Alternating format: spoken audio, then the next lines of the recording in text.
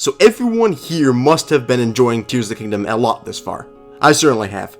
I'm even considering going Korok hunting soon and try to get them all. It's a bit more fun than the last game as we can torture many of them, but you still have to be a psychopath in order to do it. It takes a combo of Ted Bundy and Jeffrey Dahmer to collect all of them. Actually thinking about it, maybe it's best I let the police know so they can arrest anyone who's actually captured all of them.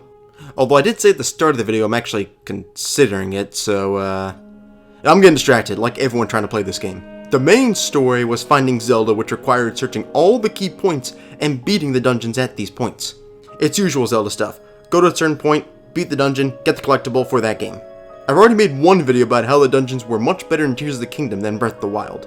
They aren't as good as they used to be, like there's no nostalgic Stone Tower Temple or Arbiter's Grounds. That is, for one dungeon though, that's worse than the rest. The Water Temple was nowhere close to as good as the other dungeons. Not sure why it's always the Water Temple in these games, or maybe it's because the water just leads to the trickiest gameplay on these games. But yes, this video is going to look at why the Water Temple is the weakest dungeon in Tears of the Kingdom. I'll break it down to the usual parts as we come to a conclusion. Or you can leave this video and go back to collecting your Koroks. You know, your move psycho. One of the most notable things about the Water Temple is how high it is in the air.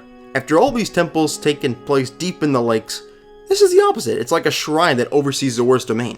Being this high up, and this game being so well developed by the designers, there's less gravity up there. So you jump higher and, well, slower. While it's initially neat, this really does slow down the pace on how you explore this temple. A game that revolves around jumping and climbing is done much slower as Link floats to his end destination. There are some perks to Link floating, like it's easy to use the slow-mo arrow trick, but generally it's just a slower pace in traversing the dungeon. Link isn't the only thing that floats slowly. Some of the water puzzles are based around water floating to other areas. This too is slow, as the water bubble casually rises and Link has to wait for it to reach its end destination. I don't need everything to be fast-paced gameplay, but this is much slower than the rest of the game, which ended up being boring. I think they want to mix up how you approach this dungeon versus the others, but I feel like it wasn't needed and only hurt the gameplay in this dungeon. I just wish the gameplay was faster. The slow pace leads to the puzzles feeling bland, or bland compared to other Zelda dungeons, particularly in this game. The objective of the dungeon is to get the water fountain working and clean out all the mud blocking the fresh water reaching Zora's domain. So you just gotta go to 4 different spots in the temple to activate the water flow. They're all based around getting the water to flow as you make it to these certain areas. And maybe it's decreasing the water level, or maybe floating up on a platform in a water bubble. The puzzles just don't feel unique and special. They are somewhat all the same. This is Tears of the Kingdom, so each puzzle can be approached in a different way, a challenge the game designers had to work around. But they handle that challenge much better than the other 3 dungeons. Here in the Water Temple, it's basically kind of complete this task and then you do it with just a little bit different of a way. Add this with the slow pace, like floating in one of these bubbles to reach another part of the temple. I don't know, it just really doesn't do it for me. I will say the puzzles aren't bad, but they are definitely weak compared to the other 3 dungeons in general Zelda dungeon standards. The design isn't anything special distinct from the previous sections of this game. To get to this dungeon, you must climb up to where the source of the Zora water is.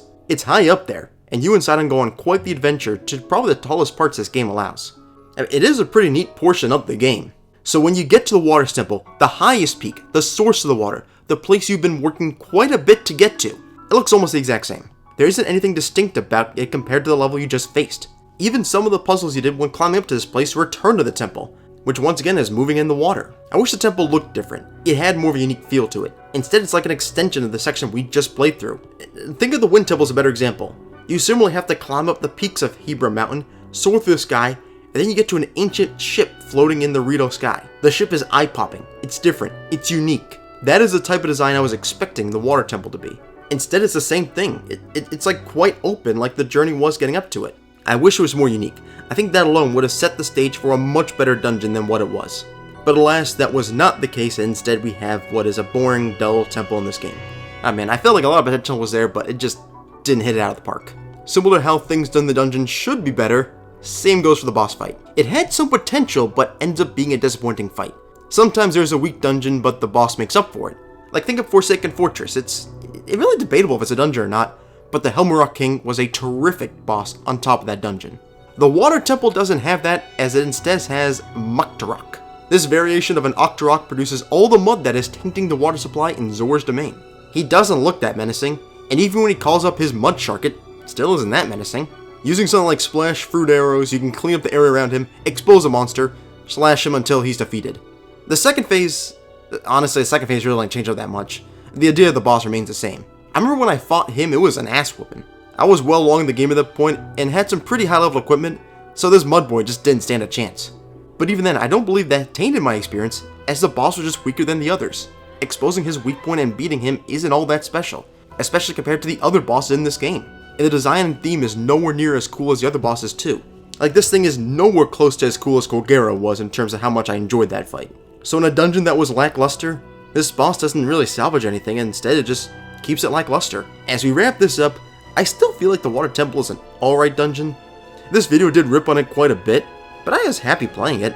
Like, I gotta comment that the soundtrack for this dungeon is absolutely terrific. Like, it's been going on in the background this entire video. It feels both calming and relaxing, but like you're going on a very fun adventure. It's a great theme. This dungeon, in fact any Zelda dungeon, is much better than almost any other video game level out there. I always will say that. But it was a notably weaker dungeon than the other ones in Tears of the Kingdom. And while Tears of the Kingdom dungeons are good, they're still a notable step down from the best Zelda dungeons out there. Like, the Water Temple is several steps down from the Spirit Temple or the Stone Tower Temple. I wish it was better, but oh well. There's still so much to enjoy in this game. Like torturing those Koroks. Ah, this is just too much fun.